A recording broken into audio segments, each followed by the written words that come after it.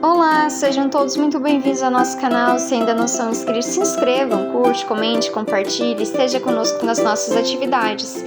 Todas as segundas-feiras, o nosso Evangelho no Lar às 20 horas. Às terças-feiras, Evangelho presencial. E todas as terças-feiras também, às 20h30, é nossa irradiação no nosso canal. Todos os sábados, das 15 às 17 horas, a nossa reforma íntima. Segue os nossos contatos, nosso telefone com o WhatsApp, o nosso endereço para aqueles que querem conhecer a nossa casa. Siga também o SESB lá no nosso Instagram. Esta é a nossa conta, através do nosso Pix, do nosso QR Code, para aqueles que querem nos auxiliar, contribuindo financeiramente para nos ajudar no nosso trabalho. Vamos então fechar os nossos olhos para dar início na nossa oração.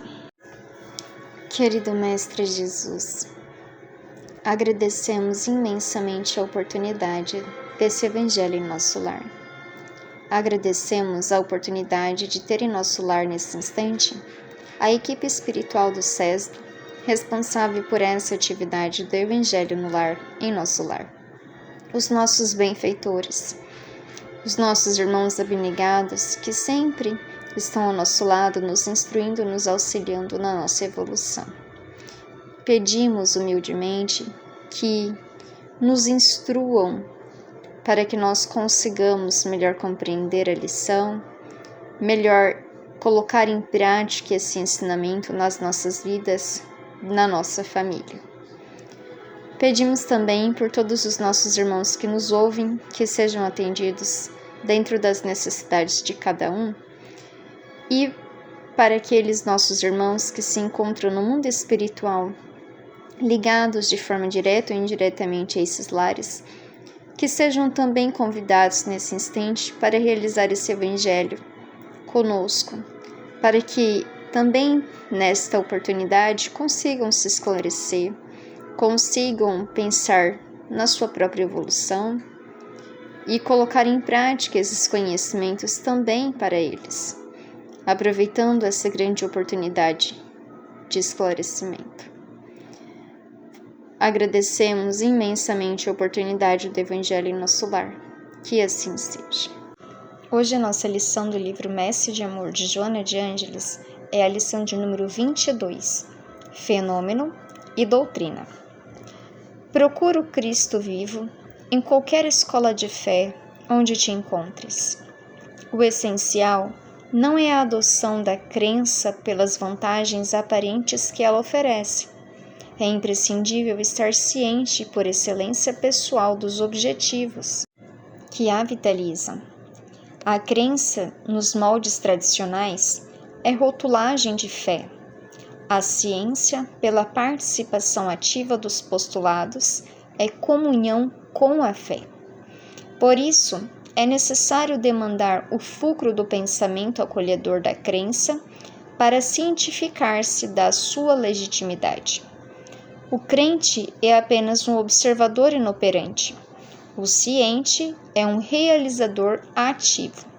O primeiro conduz para fora, guarda a compostura na face, liga-se às fórmulas, entusiasma-se com as exposições, colabora com migalhas, presta satisfações, agrada. O segundo realiza por dentro, dispensa aparências, desenha as rotinas, não valoriza hierarquias, raramente agrada, vive. No primeiro empecilho, o crente queixa-se e foge, enquanto o ciente luta e sofre. O crente vence no mundo, porque a ele pertence. O ciente perde no mundo, porque vence as convenções da superfície humana. Um faz-se triunfador, recebendo honrarias e destaques sociais. As homenagens vestem-no com os europeus da falsa superioridade e dão-lhe embalagem da satisfação. O outro parece vencido, desinteressa-se das coisas vãs, vence-se, liberta-se, ninguém lhe descobre o valor. No entanto, é nele que contam as vozes da mensagem cristã. Chamam-lhe a alma ansiosa e leal. O exterior é fenômeno que passa. O interior é consistente, é doutrina que fica. Assim, não te preocupes no Espiritismo com o fenômeno da mediunidade.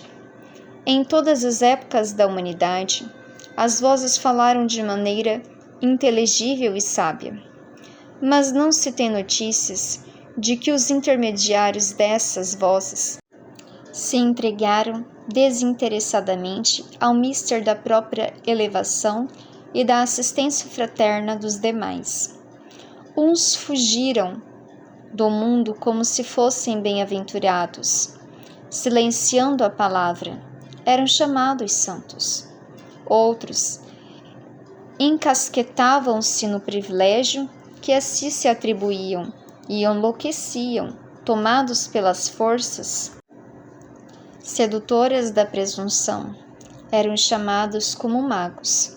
Somente alguns porfiaram até a morte, abafando as vozes ao crepitar das chamas que os consumiram nas fogueiras tormentosas. Foram os mártires. Alguns corações que hoje buscam as sessões do espiritismo prático identificam os espíritos, beneficiam-se e passam, iludindo-se quanto ao porto final. Outros irresponsáveis e fúteis demoram-se nas pesquisas, desejando mais, sempre mais. Creem agora, duvidem mais tarde. Empolgam-se hoje, desinteressam-se amanhã. Lembra-te do espiritismo praticado e preocupa-te com o espiritismo da doutrina. O fenômeno é meio, a doutrina é fim. O fenômeno é informe, a doutrina é esclarecimento. O fenômeno chama, a doutrina conduz. O fenômeno é instrumento da doutrina. A doutrina é a vida do fenômeno. O fenômeno sem a doutrina reduz a um amontoado de informações sem valor. A doutrina sem o fenômeno permanece indestrutível como organismo, poderoso de esclarecimento e de salvação. O fenômeno precede a doutrina e esta superou. Procura, assim, na doutrina espírita, o Cristo realizador e liga-te a ele, pela ciência da crença. Prossegue infatigável no teu programa de aperfeiçoamento. Esforça-te pela redenção de todos. Essa mensagem ela é muito importante para a gente, ela é fantástica. O fenômeno e a doutrina. Joana vai nos dizer exatamente o que se espera da doutrina espírita e o que se espera dos fenômenos. Qual é mais importante? O que é importante na doutrina espírita? E ela vai dizer que, em qualquer religião que nós estivermos, nós temos que procurar o Cristo vivo em qualquer escola de fé onde te encontras. Então, procure o Cristo vivo, procure os seus ensinamentos, procure a parte da religião em que te encontra, onde fala dos ensinamentos de Jesus na sua essência. E ela vai dizer que o essencial não é a adoração da crença, pelas vantagens aparentes que ela oferece.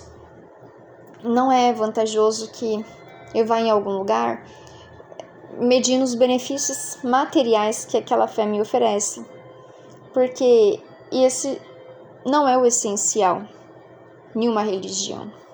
É imprescindível estar ciente, por experiência pessoal, dos objetivos que a vitalizam.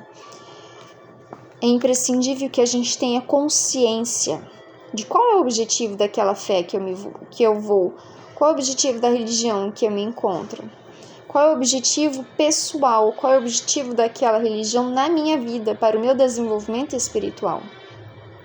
A crença nos moldes tradicionais é rotulagem de fé.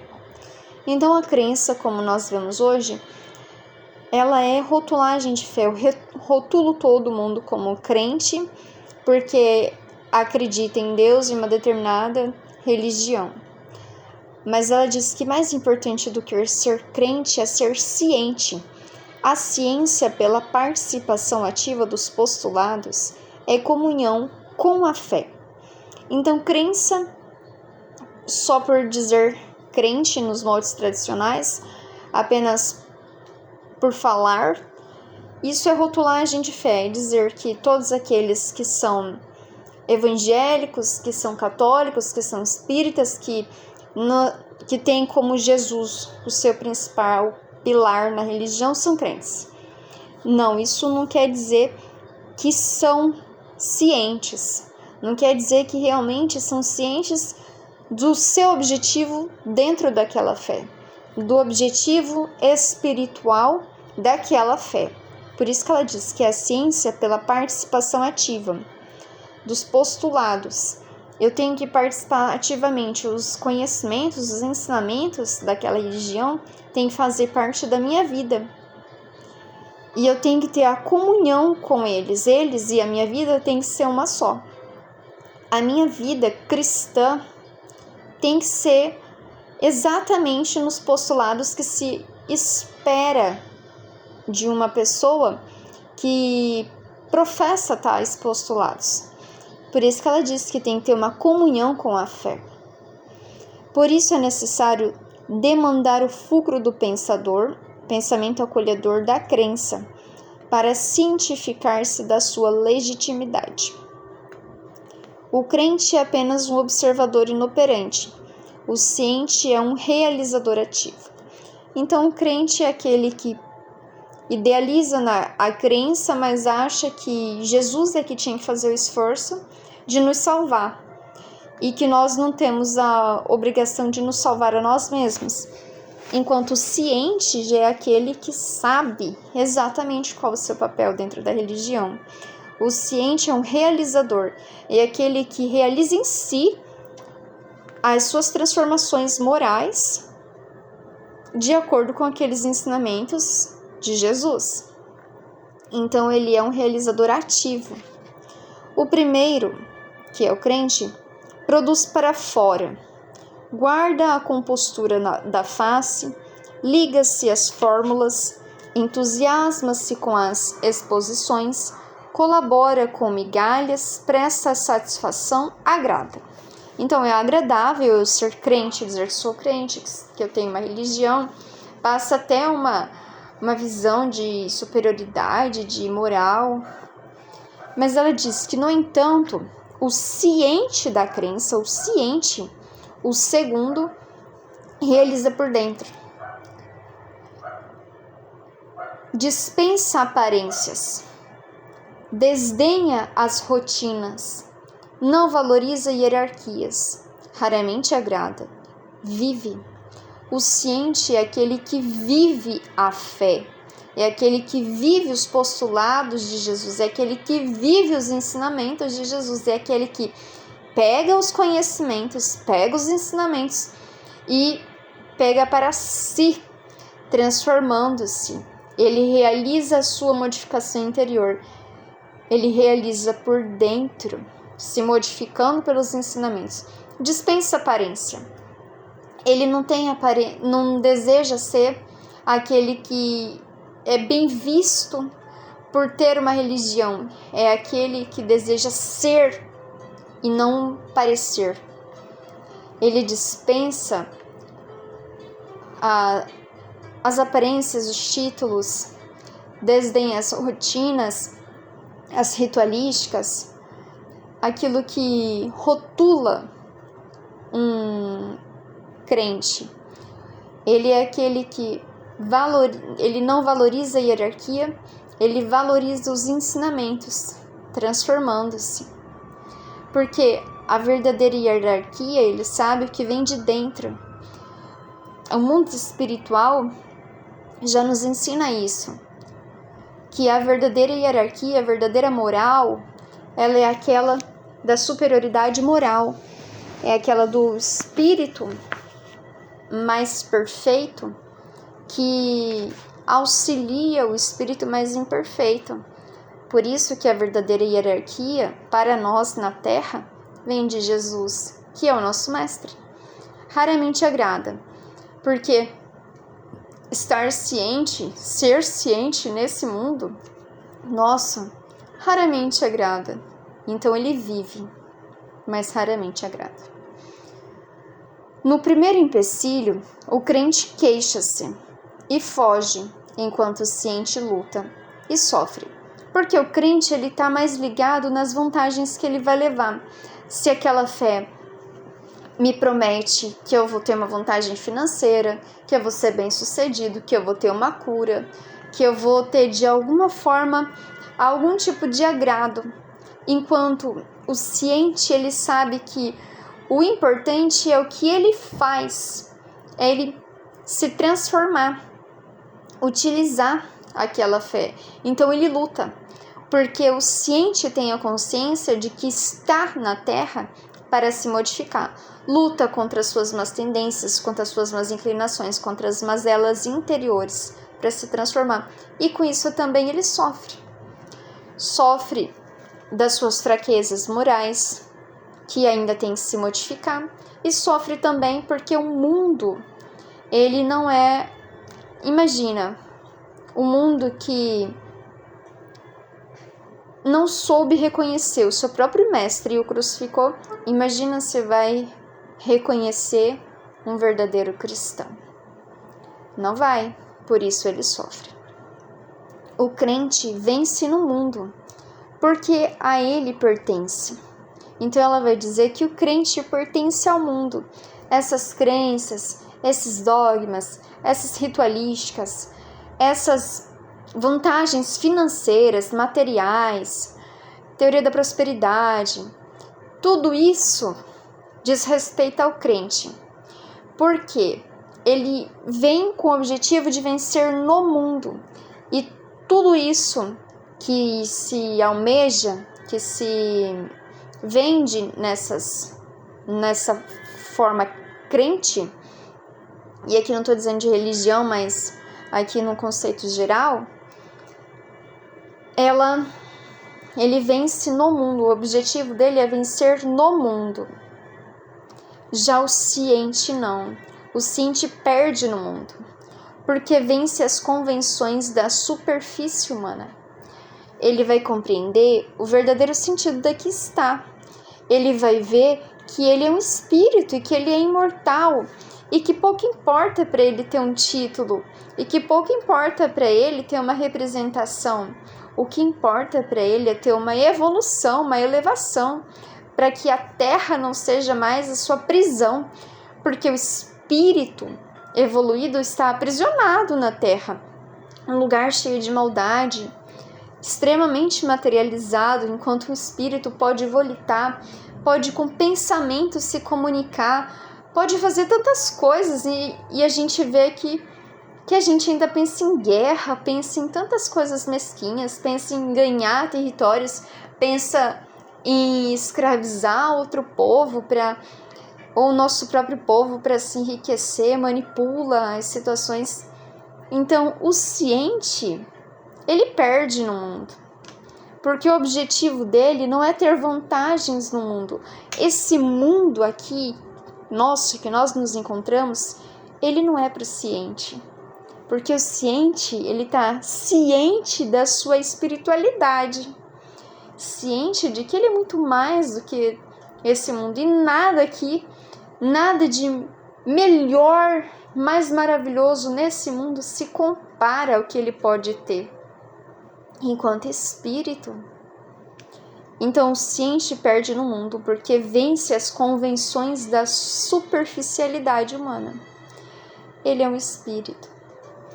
Uns faz-se triunfador, recebendo honrarias e destaques sociais.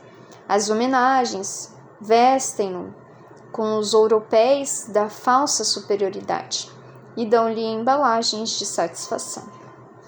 Então, essas convenções, essa forma ainda crente, né, digamos assim, aqui que é o termo que ela coloca, que a gente vê de porque eu tenho um cargo, eu sou mais evoluído, porque eu tenho um título, eu sou superior, e isso não é a verdadeira superioridade. A verdadeira superioridade, como a gente diz, é moral. Então, uns faz triunfador, recebem as honrarias sociais, tudo material, as homenagens, vestem-no com os europeus da falsa superioridade e dão-lhe a embalagem de satisfação. Então, dá até aquela satisfação assim, né? A nossa espírita, a religião espírita não tem uma hierarquia, mas nós temos a distinção entre frequentadores e trabalhadores. Frequentadores, aqueles que apenas vão na doutrina espírita, se utilizam do conhecimento, mas trabalhadores são aqueles que fazem algum trabalho dentro do movimento espírita. Então a gente fala assim, eu sou trabalhador espírita.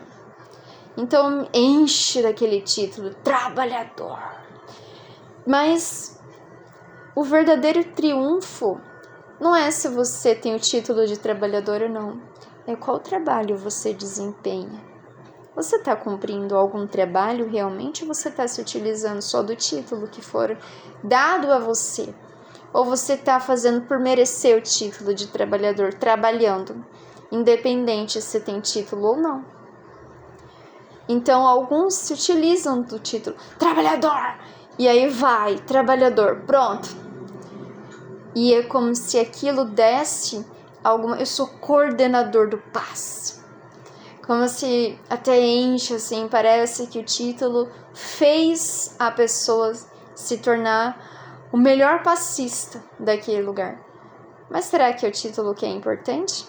Que ela diz que o outro parece vencido, porque o ciente não procura cargo, o ciente não procura aparência, o ciente não procura se impor, o ciente procura fazer, realizar primeiro em si. Então ele não vai aparecer. Ele vai ser aquilo que é oferecido um cargo para ele e ele ainda diz não ser merecedor. Mas ele se tornará o melhor trabalhador. Não pelo título, mas pelo esforço pessoal. Desinteressa-se das coisas vãs. Vence-se, liberta-se. Ninguém lhe descobre o valor. No entanto, é nele que cantam as vozes da mensagem cristã, chamando-lhe a alma ansiosa e leal. E ela vai dizer que o exterior é fenômeno que passa. Tudo que a gente objetiva para fora de nós, os títulos, os cargos, as honrarias, a crença para fora de nós, isso passa. Passa, inevitavelmente vai passar. Porque por mais alto o cargo que eu seja, que eu alcance nesse planeta, com a morte eu vou perder. Então, ele passa, é passageiro. Mas o interior é consistente, é doutrina que fica. Porque o interior promove a nossa transformação interior. E isso a gente leva conosco, onde quer que nós vamos. Assim, não se preocupes no Espiritismo com o fenômeno da mediunidade. Ela vai nos chamar a atenção porque muitos vão para a doutrina espírita acreditando-se ser médiuns e acreditando-se que a mediunidade dá uma credencial de superioridade. E isso não é verdade. O médium, se a gente for estudar, é o mais devedor de todos. É aquele que se utilizou erroneamente dos conhecimentos espirituais e agora vem na necessidade de reparação com a mediunidade expiatória, com raríssimas exceções de mediunidade de missão.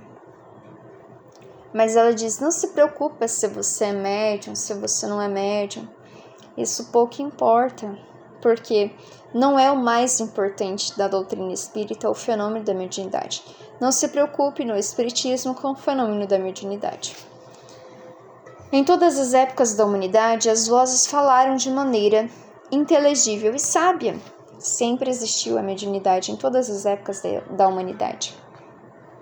Mas não se tem notícias de que os intermediários, os médiuns, dessas vozes se entregaram desinteressadamente ao mister da própria elevação e da assistência fraterna aos demais. Mais importante aqui não é se eu tenho a mediunidade ou não, mas é o que eu faço com ela. Se eu me utilizo desse mecanismo, dessa ferramenta para minha própria transformação. Por isso que ela diz que na humanidade sempre existiram as vozes que falaram por seus intermediários. Mas o mais importante não é se as vozes falavam por intermediário de alguém, mas se aquele intermediário se utilizou desse conhecimento para a sua evolução e a assistência dos demais, a assistência fraterna. Uns fugiram do mundo como se fossem bem-aventurados. Silenciando a palavra, eram chamados santos. Nem todos os santos que nós acreditamos ser santos realmente foram santos. Outros encasquetavam-se no privilégio que a si se atribuíam e enlouqueciam, tomados pelas forças sedutoras da presunção, eram conhecidos como magos. Então sempre existiram os médiuns na nossa humanidade.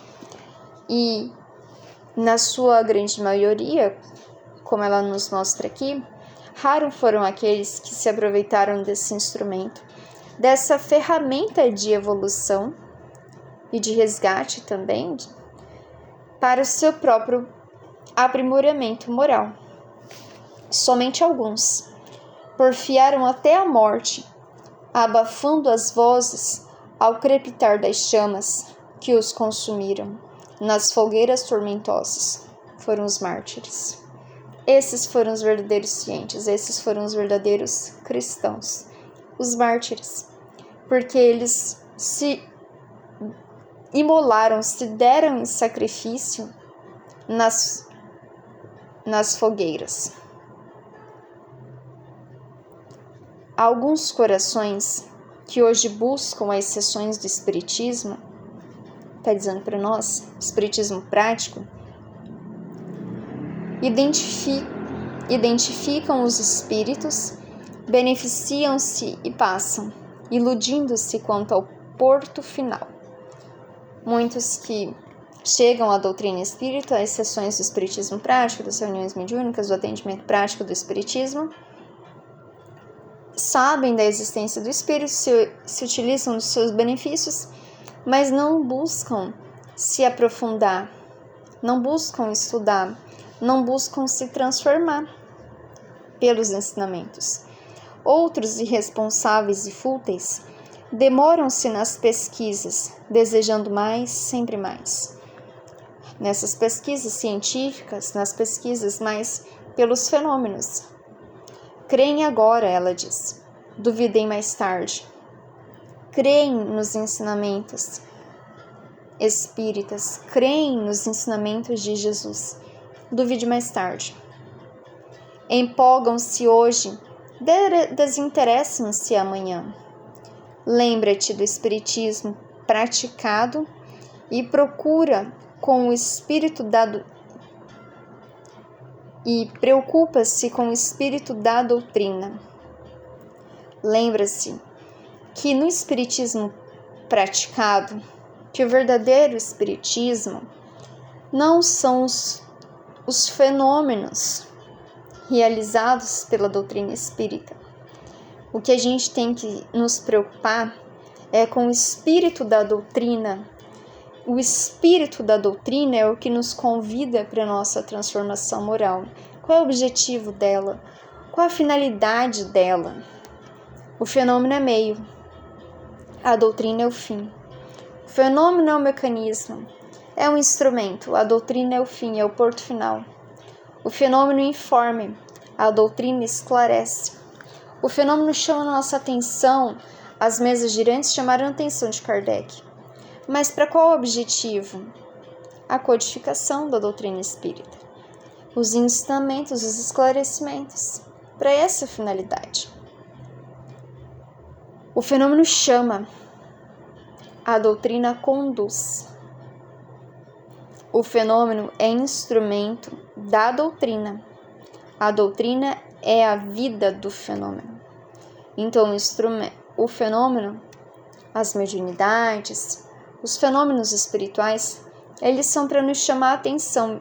Epa, existe algo além, existe algo que está fora da minha compreensão. Qual é o objetivo desse algo? Qual é o objetivo desse fenômeno? A doutrina, os ensinamentos que me transformam. O fenômeno, sem a doutrina, reduz-se a um amontoado de informações sem valor, porque fenômenos mediúnicos não evoluem ninguém. Fenômenos mediúnicos não conduz ninguém e nem sequer converte alguém, porque muitos tiveram experiências espirituais, sendo céticos, sendo ateus, e não foram isso que moveu alguma coisa dentro deles para eles se aprofundarem, estudarem. Então o fenômeno por si só, ele é vazio. O importante é o que eu faço dele. A doutrina sem o fenômeno permanece indestrutível, como organismo poderoso de esclarecimento e de salvação. Porque é esse o objetivo, esclarecimento, para nós nos salvarmos de nós mesmos, das nossas más tendências, inclinações, para nós evoluirmos. E é na doutrina que está esse conhecimento. O fenômeno precede a doutrina e esta o superou. Então o fenômeno precedeu a doutrina espírita através das mesas girantes. Mas a doutrina superou o fenômeno. Por isso hoje nós não vemos tantos fenômenos mediúnicos, tantos fenômenos espíritas. Numa casa espírita, o mais importante não é fenômenos, tanto que hoje até as reuniões mediúnicas são reservadas, não são para cunho geral, mas a doutrina, o conhecimento, os ensinamentos, os estudos são, porque é esse o objetivo, nos moralizarmos. Procura, assim, na doutrina espírita o Cristo realizador e liga-te a Ele pela ciência da crença. Prossegue infatigável no teu programa de aperfeiçoamento. Esforça-te pela redenção de todos. Então, se utiliza da doutrina espírita e buscando nessa doutrina o Cristo realizador, o Cristo que realiza. Liga-te a Ele pela ciência da crença, pela convicção, pela fé raciocinada. Prossegue de forma infatigável, não para, buscando o seu próprio programa de aperfeiçoamento, a sua evolução, a sua transformação moral, esforçando-te para a redenção de todos, esforçando para a divulgação desse conhecimento, para o esclarecimento da doutrina, porque ela é que nos modifica, não o fenômeno. O fenômeno nos chama a atenção, a doutrina nos convida a olhar por dentro. O que necessita ser transformado, o que necessita ser mudado, para que eu consiga prosseguir, para que eu consiga evoluir. E também aos meus irmãos. Muito bonita essa lição, fenômeno e doutrina, para a gente parar de buscar os fenômenos, parar de buscar saber até se sou médium, se não sou médium, isso pouco nos importa. O mais importante é o que eu preciso melhorar em mim hoje. Isso é importante, porque se eu estou preocupado em me melhorar, eu estou preocupado em ser um instrumento dos bons espíritos, que vão me utilizar para os trabalhos na casa espírita e de aperfeiçoamento moral de mim mesma. De nada adianta eu ter os fenômenos, ser médium e não ser um bom instrumento, porque um bom instrumento é aquele que pode ser utilizado como meio pelos bons espíritos, pelos espíritos superiores. Mediunidade por si mesma não é sinônimo de moralidade. Então, se eu não prezo pela minha transformação moral, eu não vou ser instrumento dos bons espíritos. E essa mediunidade, caso eu tenha, possa ser para mim muito mais motivo de tormenta do que de transformação, de evolução. Então, vamos ficar atento no que a doutrina tem a nos ensinar, de que a transformação moral, ela é o essencial. Quando eu me transformar, quando eu me renovar, esse é o objetivo final. E eu vou ser um instrumento das leis divinas, dos benfeitores, na prática desses conhecimentos na minha vida. Então, quando eu começar a agir de acordo com a doutrina, eu já estarei auxiliando aos meus irmãos, independente se eu sou médium ostensivo ou não. Então vamos ver o que a gente busca nas religiões. Se a gente busca verdadeiramente nos aproximar de Deus através da nossa melhoria interna, ou se a gente busca as vantagens que a gente acredita que aquela fé possa nos dar. Muito bonito. Agradecemos a oportunidade desse evangelho, agradecemos a equipe espiritual do SESB que nos ajudou na realização desse evangelho, que possam nesse instante ir até os lares que nos ouvem, fluidificando as suas águas, restaurando o equilíbrio desses lares, retirando todas as energias deletérias, desequilibrantes, auxiliando a todos os moradores que lá residem, a todos os animais de estimação, plantas, e também a todos os nossos irmãos que se encontram no mundo espiritual e que de forma direta ou indiretamente estão ligados a esses lares, que possam ser socorridos, amparados, esclarecidos, auxiliados. Agradecemos infinitamente pela oportunidade desse evangelho em nosso lar. Que assim seja. Desejo a todos uma excelente noite, uma semana maravilhosa. Espero todos até a próxima segunda-feira, com a graça de Deus. Um grande abraço e até lá.